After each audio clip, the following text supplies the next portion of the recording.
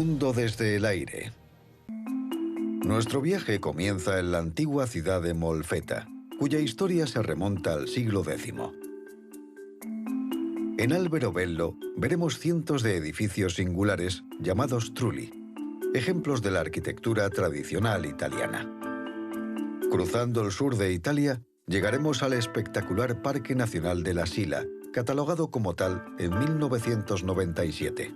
Hacia el norte, y con vistas a la costa de Amalfi, se halla la ciudad de Salerno, conquistada por diferentes estados hasta la unificación italiana en 1871.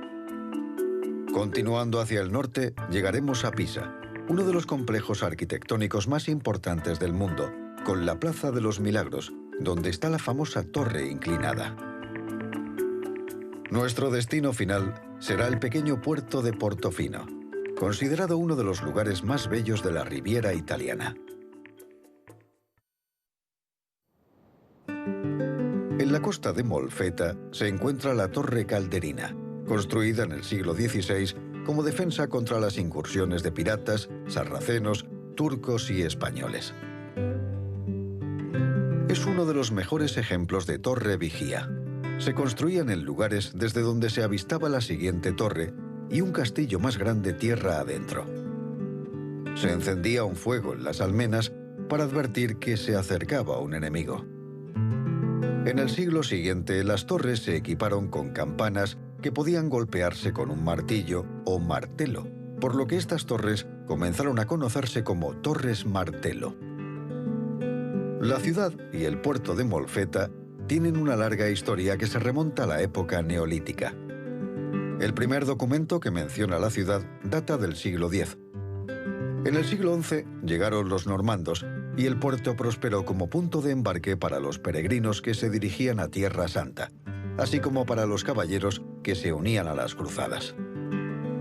Esta prosperidad se estancó cuando llegaron los aragoneses y en el año 1529 la ciudad sufrió un saqueo. Tardó un tiempo en recuperarse, aunque reconstruyó su economía gracias a su flota pesquera. Hoy, Molfetta atrae a muchos turistas que disfrutan de la riqueza de su arquitectura, de sus playas y de su pescado.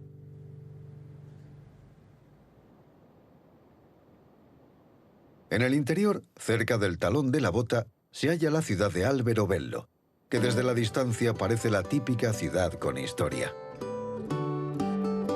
Pero en 1996 fue declarada Patrimonio de la Humanidad por la UNESCO, debido a estos singulares edificios abovedados llamados trulli, que son uno de los ejemplos más extraordinarios de la arquitectura tradicional italiana. Se diseñaron con la intención de engañar a las autoridades y evitar los impuestos. El señor de la zona trasladó aquí a sus campesinos en el siglo XVII para talar el bosque y cultivar la tierra. Para eludir las leyes y los impuestos, Alberobello no podía estar habitado de forma permanente, por lo que esos campesinos vivían en los trulli. Originalmente eran dependencias agrícolas temporales que podían desmantelarse rápidamente en caso de necesidad. Pasado un tiempo, la ciudad recibió estatus oficial y los trulli pasaron a ser domicilios fijos. Alberobello es conocida como la capital de los trulli.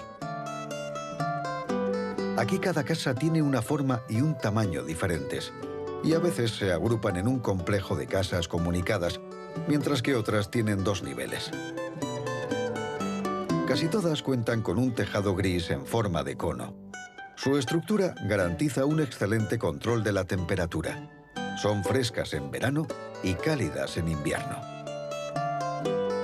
En los alrededores, los trulli todavía se construyen como almacenes y se alzan junto a otros que tienen siglos.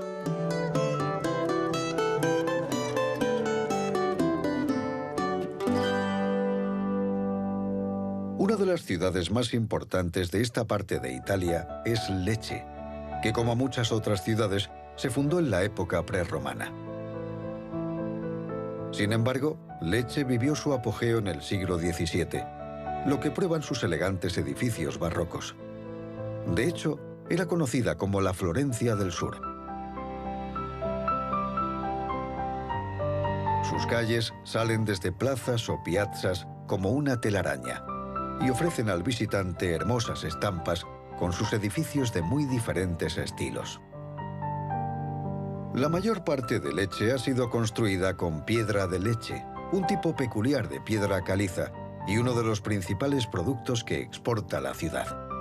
Es apreciada por su suavidad y su maleabilidad, que la convierte en un material muy adecuado para hacer esculturas. Tras la caída de Roma, la ciudad cayó en manos de los normandos, los sicilianos y finalmente los españoles. Estos últimos construyeron en el siglo XVI un impresionante castillo para proteger Lecce de la amenaza del Imperio Otomano. Como en muchas otras ciudades, el pasado a menudo queda enterrado, ya que se construyen nuevos edificios sobre los antiguos. En el centro de la ciudad solo ha sobrevivido parte del anfiteatro romano del siglo II, construido bajo dirección del emperador Adriano. En su día podía acomodar a más de 25.000 personas. A pesar de que ahora está reducido a la mitad, todavía se celebran en él eventos y actuaciones. Como no hay aeródromos en esta parte de Italia, hemos acordado repostar en el pequeño helipuerto de un agricultor que lo tiene como zona de recreo. Con el tanque ya cargado, podemos continuar nuestro viaje a lo largo de la costa y descubrir el antiguo pasado griego y romano de esta región. Siglos antes de que los romanos colonizaran esta parte de Italia, los griegos ya se habían asentado aquí, y los romanos asimilaron gran parte de su cultura. Aquí, cerca de Metaponto, quedan huellas de ese pasado griego. Estos son los restos del templo de Hera, del siglo VI a.C. Originalmente, el templo tenía 32 columnas dóricas de piedra caliza, pero solo quedan 15. Es la visita más impresionante de Metaponto.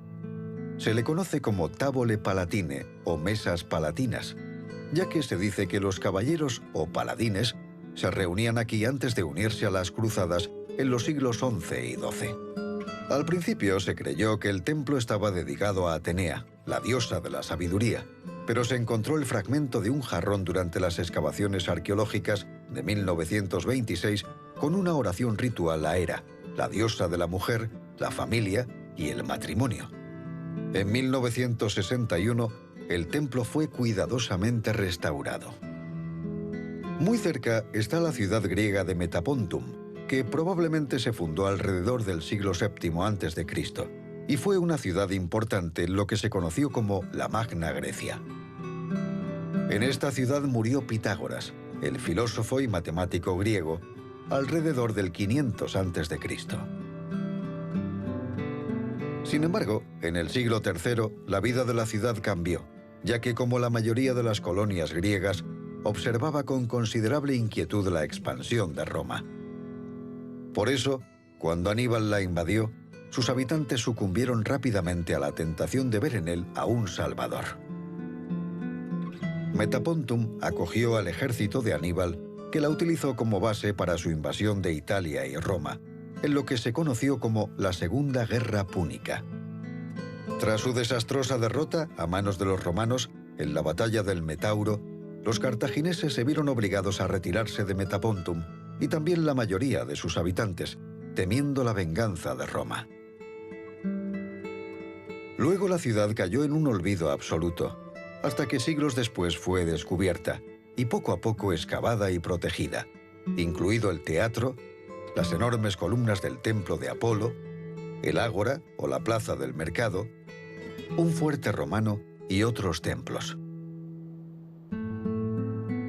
Hoy es un parque arqueológico abierto al público. Cuando el sol comienza a ponerse, cruzamos el Golfo de Tarento y entramos en la región de Calabria, en la ciudad de Rossano, donde el casco antiguo se encuentra en una pequeña meseta con vistas al mar y la ciudad nueva debajo. Rossano es una vieja ciudad que a lo largo de los siglos ha sido ocupada por diferentes países y dinastías. Los romanos, los godos, los bizantinos, los normandos, los Hohenstaufen de Alemania, los reyes de Nápoles y España, 2 familias italianas nobles para finalmente formar parte de la República Italiana unificada a mediados del siglo XIX. Durante su cambiante y problemática historia, en Rossano han nacido 2 papas. Con la poca luz que queda, nos dirigimos hacia el oeste, cruzando la Bota hacia la costa y el aeropuerto de Eufemia. En el camino, sobrevolamos el Parque Nacional de la Sila, catalogado como tal en 1997, que cubre alrededor de 75.000 hectáreas y una ribera del lago artificial Chechita, creado en 1951 para recoger el agua que tanto necesitan los cultivos de la zona. Mientras descendemos hacia la costa, un gran banco de nubes bajas se ha acumulado entre las montañas, ofreciendo una vista espectacular del sol poniente.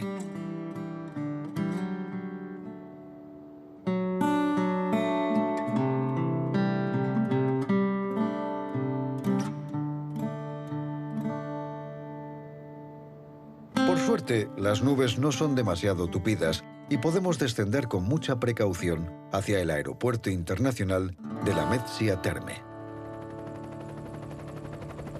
Con el incremento de los viajes aéreos y del turismo en la región de Calabria, se decidió construir un nuevo aeropuerto cerca de la autopista de la costa. El aeropuerto de Lamezia Terme se inauguró en 1976 y hoy recibe unos 2,5 millones de pasajeros de toda Europa, la mayoría turistas. A lo largo de la costa, en las regiones de Calabria y Campania, hay pequeñas ciudades y pueblos que dan al mar Tirreno. Estos antiguos pueblos pesqueros ahora hospedan a los turistas. Estos son Campora San Giovanni y Coreca. A lo largo de la costa, las montañas descienden hacia el mar, dividiendo así los diferentes pueblos turísticos. Pero también hay aldeas en las montañas, algunas encaramadas precariamente sobre afloramientos rocosos, pero con excelentes vistas al mar. Y algunas miran hacia el cabo Palinuro, donde en sus acantilados de piedra caliza y sus remotas bahías hay cuevas espectaculares. Avanzamos hacia el norte por la costa y pasamos sobre la ciudad de Salerno, con el fondo montañoso de la hermosa costa de Amalfi. Tras la caída del Imperio Romano, Salerno, como tantas otras ciudades italianas, fue conquistada por diferentes estados y luego gobernada por familias poderosas hasta que finalizó la unificación italiana de 1871. En el siglo XX fue el escenario de la Operación Avalanche, la invasión de Italia por las fuerzas aliadas en 1943. Durante unos meses se convirtió en la sede provisional del gobierno del Reino de Italia. Hoy, Salerno es una ciudad moderna y próspera que atrae a miles de turistas por su ambiente y por su historia. Aquí aconteció un hecho histórico poco conocido. En el siglo IX, Salerno acogió la primera escuela de medicina de Europa Occidental.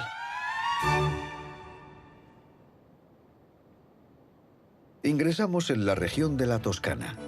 Tiene unos 250 kilómetros de costa, conocida como la costa etrusca por la cantidad de restos que dejó aquí esta antigua civilización.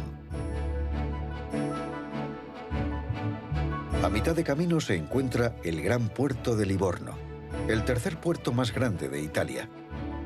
Aquí atracan grandes cruceros con miles de pasajeros que desembarcan para visitar ciudades como Florencia y Siena. El desarrollo de Livorno comenzó en 1571, cuando el gran duque Cosme I de Medici hizo que sus arquitectos transformaran un pequeño puerto pesquero en una ciudad renacentista ideal, que en el siglo XVII recibió el estatus de puerto franco, asegurando así su fortuna durante siglos como próspero centro comercial internacional. Sin embargo, este éxito condujo a una catástrofe durante la Segunda Guerra Mundial, ya que la ciudad sufrió graves daños por los bombardeos aliados que luchaban para echar de Livorno a los alemanes y cortar su línea de suministro. En esa época se destruyeron bellos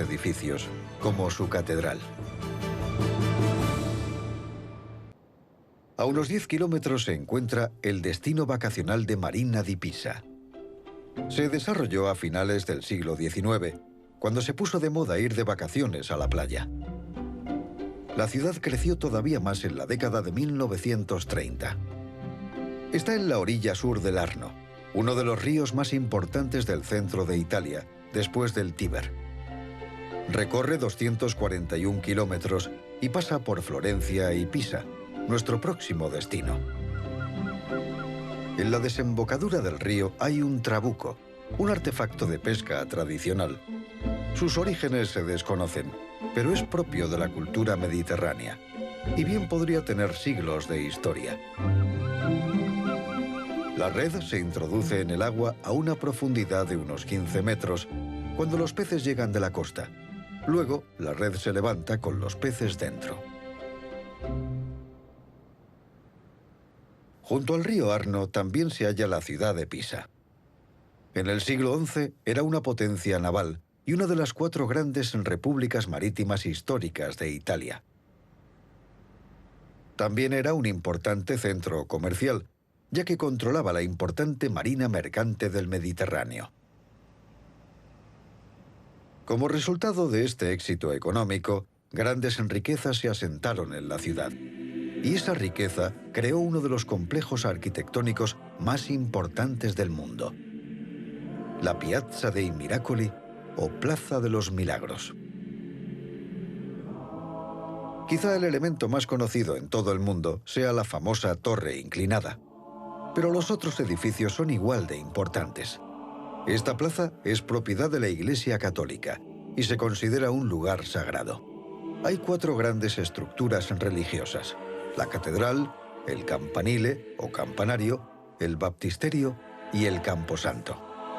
El camposanto es un cementerio rectangular de paredes góticas. Se dice que fue construido alrededor de un cargamento de tierra sagrada de Tierra Santa, traído aquí durante las cruzadas por el arzobispo de Pisa en el siglo XII. Cada año, más de 1 millón de visitantes vienen de todo el mundo para visitar estos grandiosos edificios y maravillarse con su antigüedad y su belleza. El baptisterio, dedicado a San Juan Bautista, está frente a la portada de la catedral. Este edificio redondo, de estilo románico, se inició a mediados del siglo XII. Es el baptisterio más grande de Italia y mide un poco menos que la torre inclinada. Se acabó de construir en el siglo XIV, cuando se le agregó el piso superior y la cúpula en estilo gótico. El edificio principal es la catedral, dedicada a Santa María de la Asunción. Su construcción comenzó en 1063 y es el modelo de lo que se conoce como el estilo románico pisano. En el mismo año comenzó a construirse la Basílica de San Marcos en Venecia. Esto evidencia la fuerte rivalidad que había entre las 2 repúblicas marítimas que luchaban por levantar el lugar de culto más bello y lujoso. La construcción del campanario, que ahora es la torre inclinada de Pisa, se inició en 1173 y se hizo en 3 etapas, a lo largo de casi 2 siglos. 5 años después de empezar a levantarlo, con el tercer piso ya terminado, el débil subsuelo y los pobres cimientos hicieron que se hundiera por el lado sur. Abandonaron el edificio durante un siglo, con lo que el subsuelo se estabilizó y eso evitó que se derrumbara. Cuando se reanudó la construcción, los pisos superiores se construyeron con un lado más alto que el otro, curvando así la parte superior. Cuando se terminó el edificio, la inclinación era de casi 1 grado, u 80 centímetros de la vertical. En 1990, la inclinación era de unos 5,5 grados.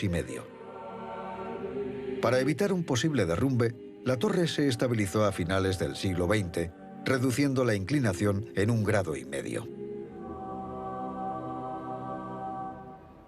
Cuando los visitantes suben a la torre, tienen la extraña sensación de bajar y subir al recorrer cada nivel. La importancia de la Plaza de los Milagros fue reconocida en 1987, cuando fue declarada Patrimonio de la Humanidad por la UNESCO. Los astilleros de Italia han tenido una excelente reputación durante siglos. Y en Viareggio hay uno que ha pertenecido a la misma familia durante casi 200 años. En 1825, Giovanni Battista Codicasa y su familia comenzaron a construir barcos de pesca, veleros, cañoneras y barcazas. En la década de 1970 se atrevieron con los yates de lujo y ahora sus barcos de acero y de aleación ligera de 30 a 70 metros de eslora son famosos en todo el mundo. Cada embarcación está diseñada según los deseos del comprador y el costo puede ascender a muchos millones de dólares. De hecho, un yate de motor de 34 metros de eslora se vende por unos 19 millones de dólares. Solo los ricos de verdad pueden darse el lujo de comprar un barco como este. Y además pagar una tripulación y los costes de mantenimiento que rondarán el $1.000.000 anuales. Avanzamos por la Riviera italiana, sobrevolando largas playas doradas y centros vacacionales. Las montañas se ven a pocos kilómetros tierra adentro. Y es en esas montañas donde se encuentra una de las rocas metamórficas más buscadas, más conocida como mármol. Estas son las canteras de mármol de Carrara, que llevan el nombre de una ciudad cercana. Los antiguos romanos fueron los primeros que usaron esta piedra caliza para construir monumentos duraderos, como el Panteón de Roma. Durante los siguientes milenios se extrajo tanto mármol de las más de 650 canteras que esta zona tiene el récord de haber producido más piedra que cualquier otro lugar del planeta. Y todavía se sigue exportando a todo el mundo.